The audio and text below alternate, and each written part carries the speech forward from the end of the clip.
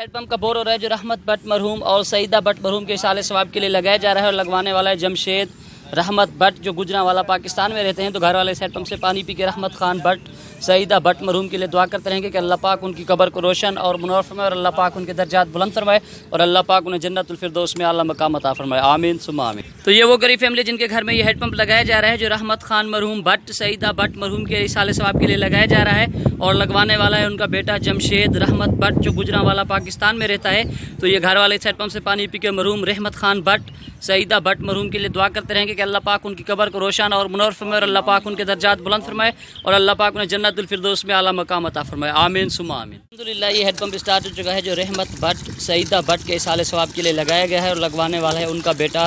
جمشید رحمت بٹ جو گجرانوالہ پاکستان میں رہتا ہے۔ تو گھر والے اس ہیڈ پمپ سے پانی پی کے رحمت خان بٹ مرحوم اور سعیدہ بٹ مرحوم کے لیے دعا کرتے رہیں گے کہ اللہ پاک ان کی قبر کو روشن